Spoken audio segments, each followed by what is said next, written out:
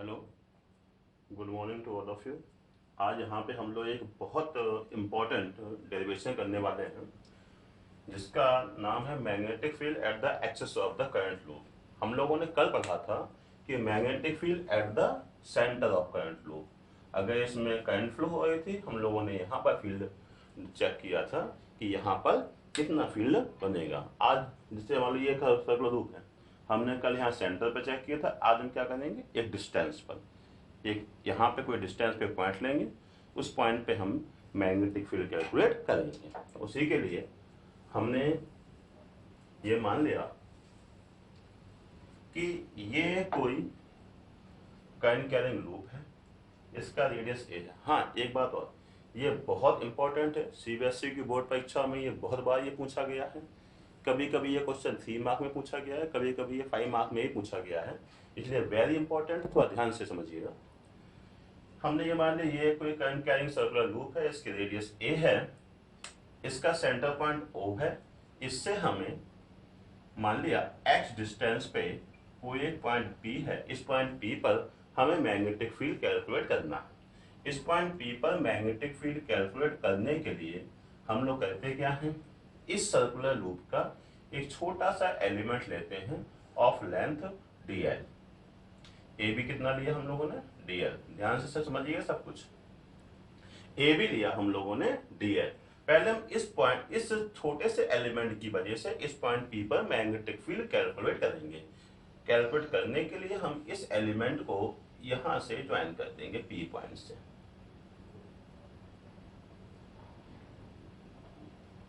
यह मान लिया ये डिस्टेंस है r। अब यहां पे अप्रोक्सीमेट एंगल यहाँ पे 90 डिग्री बन जाता है, तो यहां से हम लोग देखेंगे कि इस पॉइंट P पर कितना मैग्नेटिक फील्ड बन रहा है। According to Biot Savart law, magnetic field at point P due to this element, चूंकि ये लेंथ स्मॉल लिया है इसलिए हम लोगों ने क्या दिया है कि small magnetic field due to this element dB।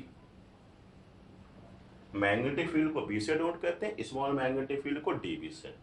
According to Biot Savart law, Biot Savart ने क्या कहा था, dB is equal to mu not upon 4 pi I dl sine theta upon R square. R क्या है, distance of the element from the observation point. अब इसी फॉर्मूले को हम लोग यहाँ पर लगाएंगे, तो इसकी वजह से यहाँ पर कितना फील्ड डेवलप हुआ, mu not upon 4 pi I dl sine 90 upon R square. Sine 90 की वैल्यू 1, तो ये हो गया mu not upon 4 pi I dl upon R square. तो ये हो गया small magnetic field due to this element. इसको हम लोग यहाँ पे ऊपर लिखे लेते हैं। तो dB की वैल्यू हो गई mu not upon 4 pi I dl upon R square. इसको मान लिया इक्वेशन 1। अब यहां पे देखिए, according to right hand thumb rule, if this thumb represent the direction of the current then the folded finger represent the direction of magnetic field. तो इस point पे P पे हमें मैग्नेटिक फील्ड की डायरेक्शन को फाइंड करने के लिए हम लगाएंगे थंब रूल। इसकी डायरेक्शन कुछ इस तरह हो जाएगी, रखिए यहाँ पे, ये बाहर की तरफ, और पॉइंट P पे मैग्नेटिक फील्ड की डायरेक्शन कहाँ, perpendicular to plane of paper and in the outward direction. तो ये पॉइंट P हो गया। अब ये मान लिया ये एंगल थीटा बन रहा है, ये यहाँ पे ये 90 डिग्री बना रहा है अकॉर्डिंग टू डायरेक्शन। और इस पॉइंट P पर हम एक परपेंडिकुलर एक्सिस ड्रॉ कर देंगे।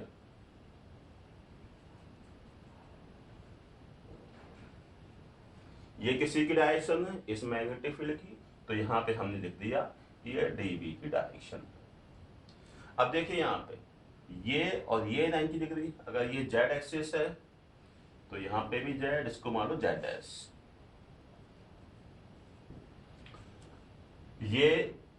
ये थीटा एंगल है, ये और ये 90 डिग्री है, ये और ये 90 डिग्री है, तो ये एंगल भी कितना हो जाएगा, थीटा हो जाएगा। ठीक है। तो यहां पे हम देखें कि ये जो एंगल बन रहा है यहां पर, ये एंगल बन गया थीटा। चूंकि dB एक वेक्टर क्वांटिटी है, इसलिए हम यहाँ पे इस dB के टू कंपोनेंट्स ब्रेक कर सकते हैं। इस डायरेक्शन हो गया dB साइन थीटा, यहाँ हो गया dB कॉस थीटा। ठीक है, यहाँ तक कोई दिक्कत? अब हम लोगों ने क्या किया, जैसा हमने यहाँ पे एलिमेंट AB लिया था, ठीक जस्ट अपोजिट जो सर्कुलर लूप है, इसके जस्ट अपोजिट हमने इतनी ही लेंथ का एक एलिमेंट और मान लिया, A dash B dash. A dash B dash क्या है? A dash B dash AB के बराबर इक्वल लेंथ का एलिमेंट है, तो A डैश B डैश की वैल्यू भी कितनी हो गई? DL के बराबर। अब हम देखेंगे इसकी वजह से यहाँ पर कितना फील्ड प्रोड्यूस हुआ। यहाँ पर ध्यान देने वाली बात यह है कि AB और A dash B dash equal and just opposite. तो यहां से इस एलिमेंट की वजह से पॉइंट P पर कितना फील्ड डेवलप होगा, अब हम लोग वो देखेंगे। इस पॉइंट P पर फील्ड कैलकुलेट करने के लिए हम A डैश B डैश को भी पॉइंट P से ज्वाइन कर देते हैं। ये एंगल मान लिया थीटा, जो कि होगा। अब हमने यहां पर इसकी वजह से यहां पर स्मॉल मैग्नेटिक फील्ड कैलकुलेट किया, कितना हो जाएगा? dB dash. dB डैश क्या है? A डैश B डैश की वजह से कितना पॉइंट P पर मैग्नेटिक फील्ड प्रोड्यूस हो रहा है। dB dash is equal to mu not upon 4 pi IDL sine 90 upon distance कितना यहां से यहां तक का, ये भी R होगा, R स्क्वायर। ठीक है, तो साइन 90 की वैल्यू 1, तो dB डैश की वैल्यू हो गई mu not upon 4 pi IDL upon R square. अब dB डैश की डायरेक्शन उसी हिसाब से according to thumb rule, right hand thumb rule, ये डायरेक्शन आपकी काइंड की है, तो ये फिंगर्स हैं, ये डायरेक्शन होगी आपकी यहाँ पे मैग्नेटिक फील्ड की, ये होगी आपकी dB डैश की डायरेक्शन। ये भी क्या होगा, ये भी यहाँ पर परपेंडिकुलर आएगा। तो ये एंगल थीटा है, तो इसकी वैल्यू भी थीटा हो गई। अब चूंकि dB vector quantity, dB dash vector quantity, तो dB के हमने फैक्टर लिए, तो अब लेके dB डैश के फैक्टर। यहां पे हो जाएगा dB डैश साइन थीटा, और यहां पे हो जाएगा dB डैश कॉस थीटा। यहां तक कोई दिक्कत? अब देखिए यहां पे इक्वेशन 1 में इसकी वजह से फील्ड, अब इसको मान लें इक्वेशन 2, तो dB डैश की वैल्यू हो गई mu not upon 4 pi IDL upon R square. ये इक्वेशन नंबर 2 हो गया। अब देखिए यहाँ पे dB और dB डैश कैसे हैं, ये इक्वल मैग्नीट्यूड के हैं। अब अगर मान लो हम इनके कंपोनेंट्स को हम लोगों ने ब्रेक किया, तो यहाँ पे देखिए dB cos थीटा और dB डैश cos थीटा, तो इनका नेट इफेक्ट कितना हो जाएगा? 0 हो जाएगा, क्योंकि dB cos theta positive Z axis पे, dB dash cos theta negative Z axis पे, और dB डैश की वैल्यू चूंकि यहाँ पे सेम है, इक्वल है, इसलिए ये कंपोनेंट एक दूसरे को कैंसिल आउट कर देंगे। नेट कंपोनेंट क्या हो जाएगा? dB sin theta plus dB dash sin theta. ये किनकी वजह से आया? इन दो एलिमेंट की वजह से। मतलब कि कॉस कंपोनेंट एक दूसरे को कैंसिल कर देंगे और साइन कंपोनेंट ऐड हो जाएंगे। इस तरह से अगर हम एक कॉन्सेप्ट समझें, हम ये समझें कि अगर ये पूरे लूप को, ध्यान समझिएगा, अगर इस पूरे लूप को, अभी तो हमने दो एलिमेंट लिए, ए बी लिया, ए डैश बी डैश लिया, अगर इस पूरे लूप को n इक्वल और अपोजिट एलिमेंट के पेयर में हम ब्रेक करते हैं, अभी A B A dash B dash pair था, इस तरह के हम बहुत सारे पेयर हम मान लें, और फिर उसके बाद इस पॉइंट P पर सभी पेयर की वजह से मैग्नेटिक फील्ड अगर कैलकुलेट करें, तो हम देखेंगे जितने भी कंपोनेंट्स के जितने भी मैग्नेटिक फील्ड आएंगे उनके जितने भी कॉस कंपोनेंट होंगे एक दूसरे को कैंसिल कर देंगे, लेकिन सारे कंपोनेंट एक्स एक्सिस पे ही आते जाएंगे। जैसे दो कंपोनेंट के कॉस कंपोनेंट ने एक दूसरे को कैंसिल किया हुआ है, डीवी के DV cos theta, DV dash के डीवी डैश कॉस थीटा। तो cos component will cancel the effect of each other and effective component of magnetic field will be dV sin theta। सारे के सारे component का जो net field बनाएगा वो कौन सा बनाएगा, dV sin थीटा। इसलिए हम लोग यहां पे ये कह देते हैं effective component of magnetic field is equal to dV sin theta.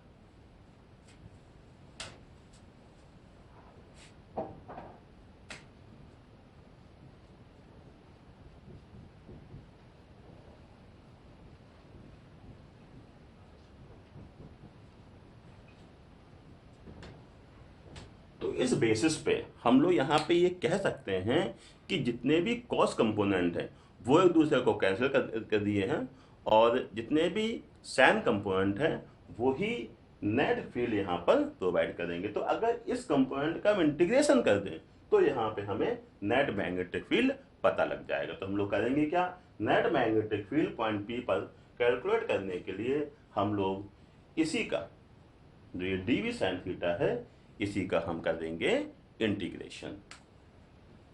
Net field at point P B is equal to integration DV sine theta.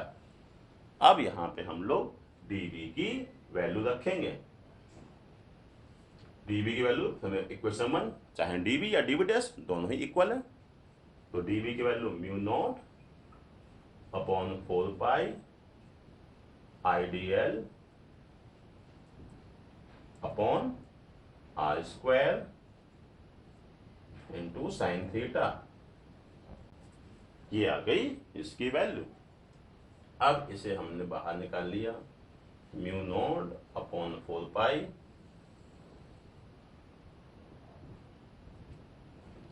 Upon 4 pi I upon R square integration sine theta DL. यहां तक कोई दिक्कत तो बताइए। अब mu not upon 4 pi I upon R square sine theta DL का integration L, and what is the L, entire circumference of the circular loop. अब यहां पे एल की वैल्यू रखेंगे 2 pi A, put L is equal to 2 pi A.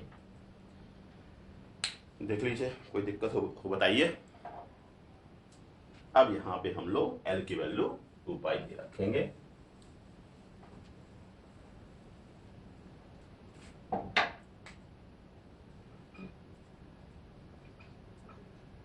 Mu naught upon 4 pi I upon R square sine theta into 2 pi है।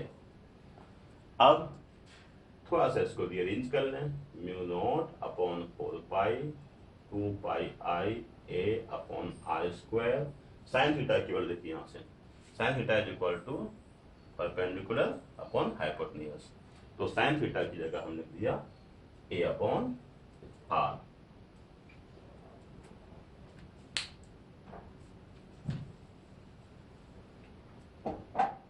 तो यह हुआ mu not upon 4 pi 2 pi I A square upon R cube.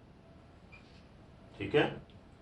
अब यहां पे हमें magnetic field x axis पे चाहिए था, इसलिए अभी यहां पे एक्स का टर्म तो आया ही नहीं है, इसलिए हम लोग करेंगे क्या, आर की वैल्यू को एक्स के टर्म में रखेंगे। Put R is equal to under root X square plus A square. भाई पाइथागोरस थ्योरम से क्या था कि R square is equal to X square plus A square. अब यहां पे हम आर की जगह रखेंगे under root X square plus A square, यहां पे रखिए आर की जगह। तो यहाँ पे बी की वैल्यू हो गई mu not upon 4 pi 2 pi I A square upon under root X square plus A square का क्यूब। देखिए यहाँ पे हमने पाइथागोरस थ्योरम से रखा हुआ है under root X square plus A square, फिर इसका हमने कर दिया क्यूब, तो हो गया under root X square plus A square का क्यूब। यहां तक कोई दिक्कत है तो देख लीजिए। ओके नाउ अब इसको और थोड़ा सा बस रिअरेंज कर देंगे, हमारा डेरिवेशन होने वाला है पूरा।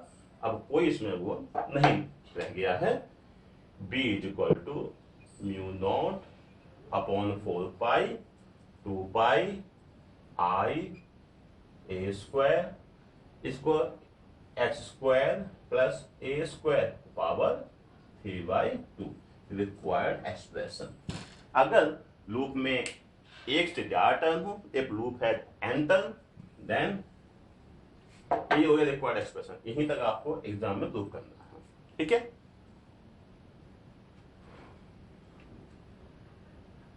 इफ लूप है n term, then net magnetic field कितना हो जाएगा इसका n times mu upon 4 pi 2 pi N I A square upon X square plus A square की पावर 3/2। ये हो गया आपका net magnetic field at the axis. इस पॉइंट पी पर मैग्नेटिक फील्ड कितना होगा। अब कुछ इसके जो है एक आध केस हैं, उन केस की स्टडी भी हम लोग कर लेते हैं। If x is equal to 0, case 1, if x is equal to 0, अगर x 0 है इसका मतलब क्या हुआ कि ये जो पॉइंट P होगा यहाँ पर आ जाएगा। तो x is equal to 0, b की वैल्यू रखी हमने mu not upon 4 pi 2 pi I A square X का 0 प्लस ए स्क्वायर की पावर 3/2। आपने इसको खोल दिया, mu not upon 4 pi 2 pi I A square upon A cube, इससे ये कैंसिल हो गया। b is equal to mu not upon 4 pi 2 pi I upon A. देखिए ये फॉर्मूला जो हमने कल बताया था उसी के बराबर आ गया। क्यों? क्योंकि ये पॉइंट कहां पहुंच गया, सेंटर पे। यहां तक कोई दिक्कत? एक और केस बन सकता है कि अगर हम पॉइंट पी को बहुत डिस्टेंस पे ले लें, तो फिर इस जो केस सेकंड में वही पे है कि if case second if x must greater than A, her point पे तो हम लोग करेंगे क्या, ए स्क्वायर को कर देंगे neglect, then A square is neglected. तब क्या हो गया यहाँ पे b is equal to mu not upon 4 pi 2 pi I A square, यहां से ए स्क्वायर दिया निगलेक्ट, ए स्क्वायर की पावर 3/2, सॉरी एक्स स्क्वायर की पावर 3/2। तो ये हो गया b is equal to mu not upon 4 pi 2 pi I A square over X cube. ये आ गया आपका net magnetic field at point P. अगर मान लो पॉइंट पी काफी ज्यादा डिस्टेंस पर हो, ठीक है, तो इस तरह से magnetic field at the axis of the current loop का चैप्टर फिनिश हुआ। इसके बाद हम लोग नेक्स्ट वीडियो में देखेंगे ampere circular law, very important for 12th examination.